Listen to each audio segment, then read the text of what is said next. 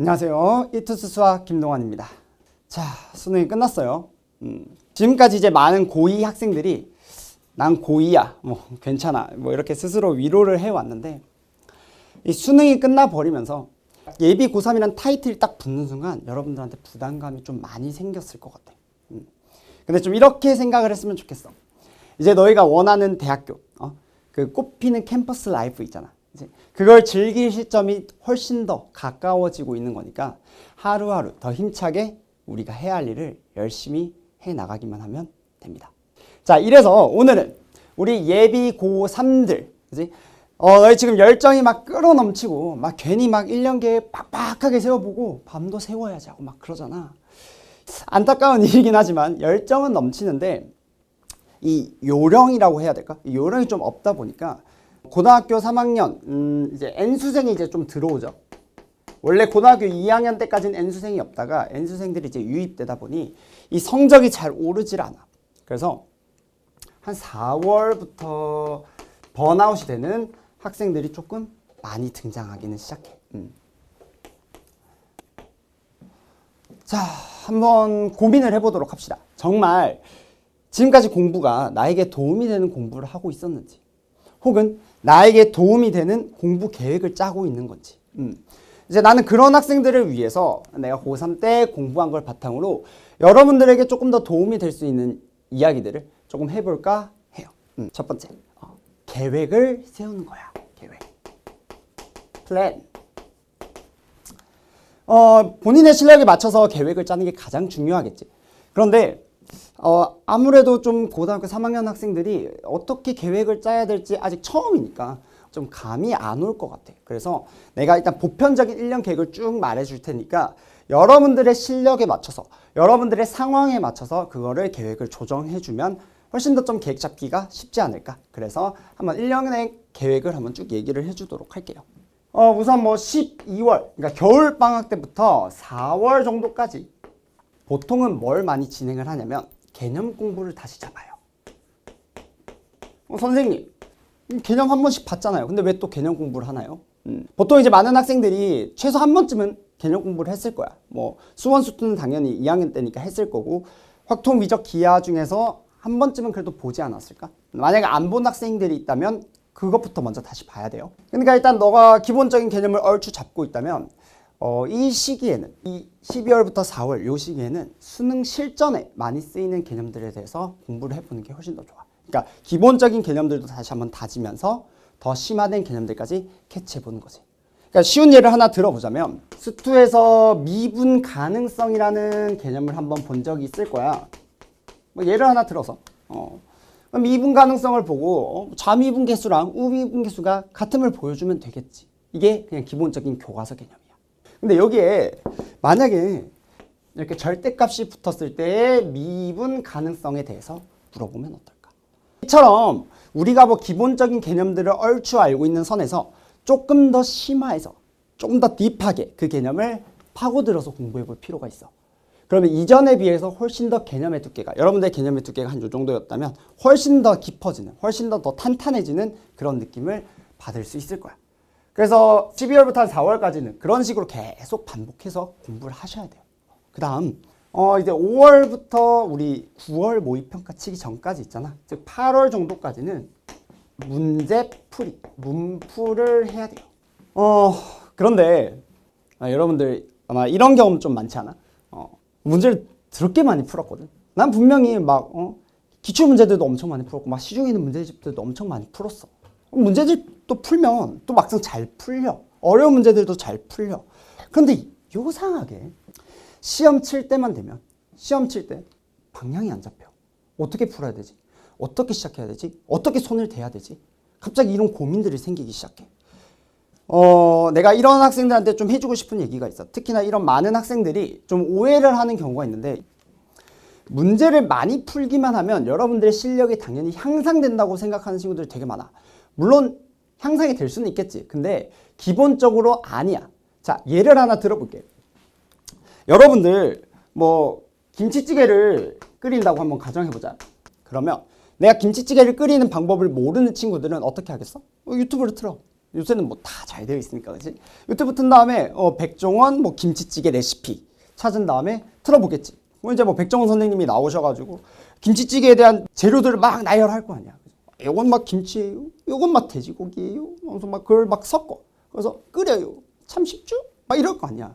그럼 여러분들이 이 레시피를 보는 것 자체가 기본적으로 김치, 돼지고기, 물 이런 재료들을 보면서 그 각각의 개념들을 공부하고 그와 관련된 문제를 푸는 것, 즉 레시피대로 끓이는 거, 이게 개념 공부야 사실은.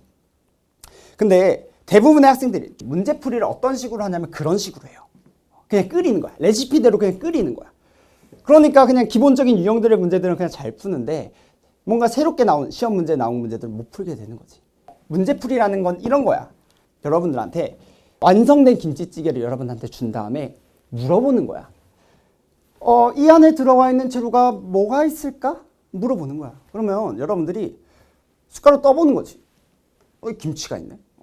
돼지고기가 있네. 국물도 한번 맛봐봐. 멸치 육수를 썼네. 약간 이런 거야. 문제풀이라는 게 정확히 뭐냐면 주어진 문제들을 가지고 여러분들이 이제 난이도가 높은 문제일수록 이게 더 심화되는데 새로운 문제라기보다는 그 문제들 각각에 녹아들어 있는 그 개념이 무엇인지를 파악하는 과정이 필요하다는 거지. 그러니까 따라서 문제를 많이 푸는 것도 정말 중요하긴 하지. 문제 많이 풀어야 돼. 근데 문제를 그냥 풀기만 하고 끝내는 게 아니라 문제를 보면서 각 문제들에 대한 개념들을 찾아내고 끄집어내는 그 힘을 기르는데 여러분들이 주력해야 된다는 거야. 자, 그 다음에 이제 9월 모의평가부터 이제 수능까지는 여기서부터는 기본적으로 정리야, 정리. 여기서 정리라고 하는 거는 뭐 노트에 적는다 이런 얘기가 아니라 내가 이때까지 모든 뭐 개념도 공부했고 문제풀이도 다 했으니까 이걸 바탕으로 이제 그냥 모의고사를 쭉 쳐보는 거야. 수능이다. 멘탈 훈련 계속하는 거야. 나는 킬러 문제를 조금 더 맞추고 싶어 하는 친구들은 한 문제 정도, 하루에 한 문제 정도만 킬러 문제 딱 풀어보면서 그걸로 본인의 실력을 보완하는 식으로 이렇게 1년을 계획을 짜보면 여러분들이 그냥 막 공부하는 것보다 훨씬 더 본인의 실력을 객관적으로 파악해 볼 수 있고 그에 맞춰서 공부 습관을 잘 잡아낼 수 있을 거야. 두 번째 얘기를 한번 해보도록 할게요. 두 번째는 수면이야, 수면. 특히나 우리나라 학생들 새벽 늦게까지 공부하는 학생들 정말 많아요. 내 주변에도 정말 많이 봤었고 대학생들 보면 맨날 막 핫식스 먹으면서 막 밤새고 막 그런단 말이야. 내가 새벽에 잠 참아가면서 공부해. 그러면 얼마나 뿌듯하겠니? 응? 아니야. 그건 자기 합리화예요. 그러니까 이게 진짜 그걸 한번 생각해야 돼. 과연 실질적으로 내가 공부를 많이 한 건지를. 자, 한번 되돌아보자. 너가 밤새 공부를 했어. 다음날 학교를 가는데 선생님 막 수업 들으면서 필기를 할 거 아니야. 분명히 나는 막 공부를 하고 있었어. 근데 막 선생님의 목소리가 점점점 옅어져. 고요해져. 그럼 나중에 보니까 딱 눈을 떴어. 책이 갑자기 내가 분명히 필기했는데 외계어가 쓰여 있네. 그런 경험들 한 번쯤은 해봤을 거야.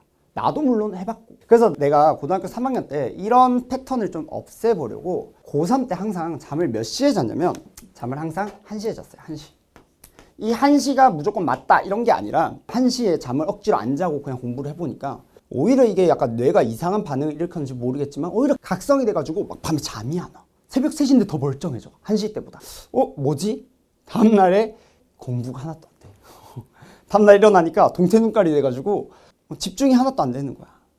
많은 학생들이 그러지 않을까 싶어. 한번 비교해봐.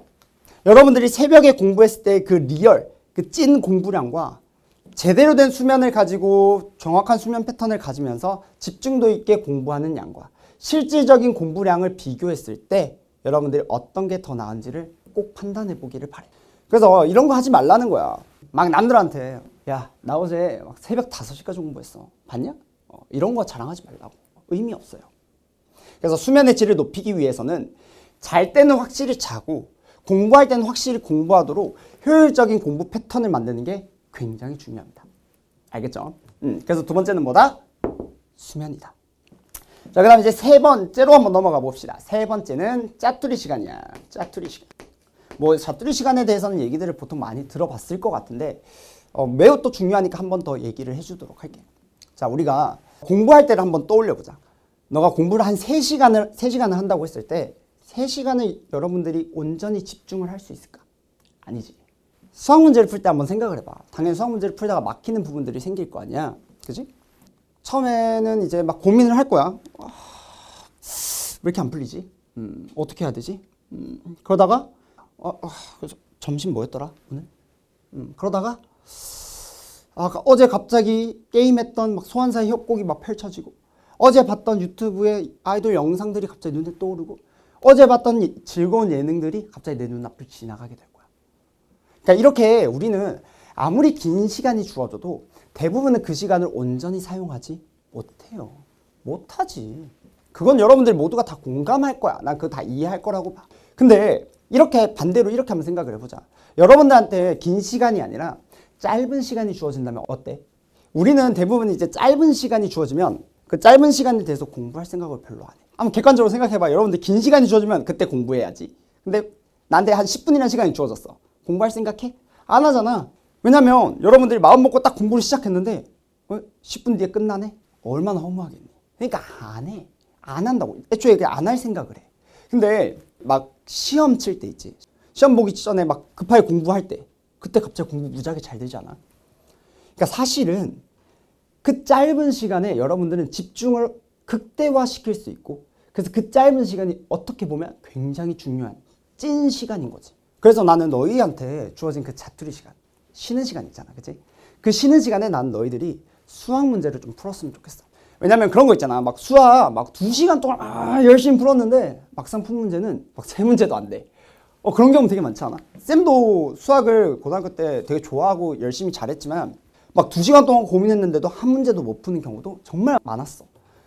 그러니까 쉬는 시간에 최대한 10분 내로 풀 수 있는 문제들을 확 풀고, 그 다음에 집중을 온전히 할 수 있는 시간에 본인한테 어려운 수학 문제들을 한번 풀어보라는 얘기지. 뭐 반대로 생각할 수도 있어. 나는 그 짧은 10분이 훨씬 더 집중도가 높다라고 하는 친구들은 오히려 10분 동안에 어려운 문제들을 빡 고민하고 긴 시간에는 그냥 쉬운 문제를 선택할 수도 있어. 그것도 나는 괜찮은 방법일 수도 있겠지. 중요한 거는 그 짧은 10분이 하루에 6번, 그러니까 주말을 제외하고 평일만 따졌을 때 수능 전까지 그 시간을 다 합치면 몇 시간인 줄 아니?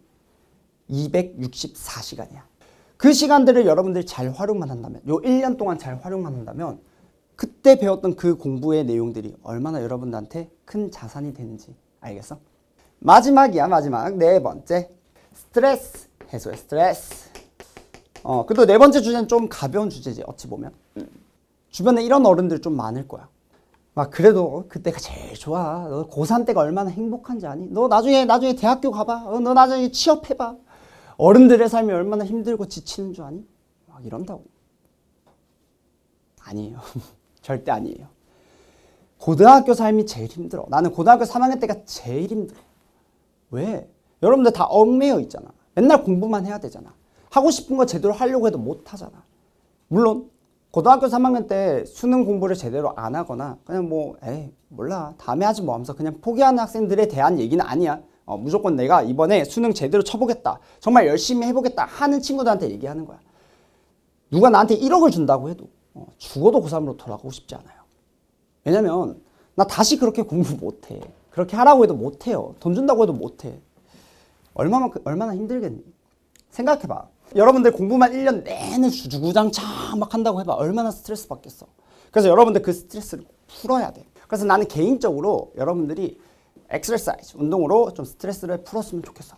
우리 대부분 어때?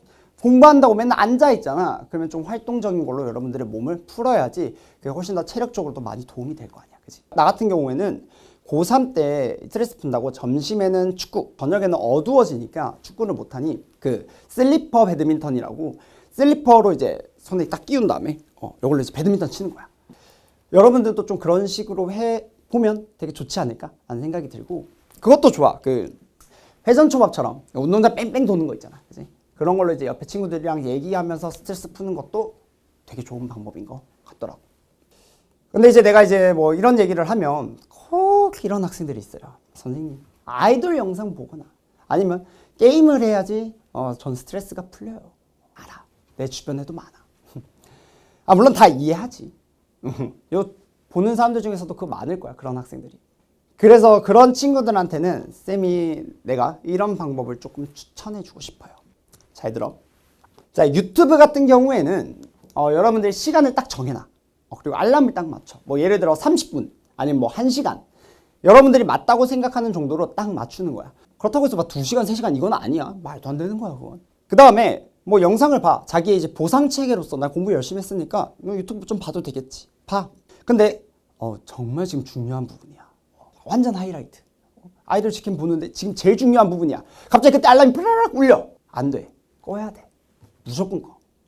이거 조금만 더 보는 거 괜찮겠지 하는 순간 그때부터는 그대로 날아가는 거예요. 게임도 마찬가지야. 여러분들이 게임을 하다가 너가 게임을 졌어. 에이 선생님, 에이 게임 치면 당연히 다시 해서 이길 때까지 하는 거 국룰 아닌가요? 말도 안 되는 소리죠? 그죠? 그런 소리를 하면 안 돼. 그냥 그 판 끝나는 순간 그건 그냥 마지막으로 그냥 찐막이야. 더 이상 하면 안 돼. 다시 하는 건 없어요. 본인만의 룰을 만들었다면 그 룰을 꼭 지키고 그걸 꼭 행해야지 여러분들이 나중에 수능을 쳤을 때 여러분들 실력을 제대로 발휘할 수 있을 거야. 자, 이런 방식으로 여러분들이 이제 스트레스도 제대로 해소하면서 너무 드라마틱한 실력 변화를 기대하는 것보다는 차근차근 스텝 바이 스텝으로 여러분들의 실력을 올린다는 생각으로 준비했으면 좋겠어. 여러분들이 충분히 잘 해낼 수 있을 거라고 충분히 믿어요. 의심치 않아. 그래서 우리 1년간 이런 마인드로 1년간 준비 빡시게 해가지고 수능날에 여러분들의 실력을 여과 없이 보여주도록 합시다. 우리 모두 파이팅 하면서 이번 영상 마치도록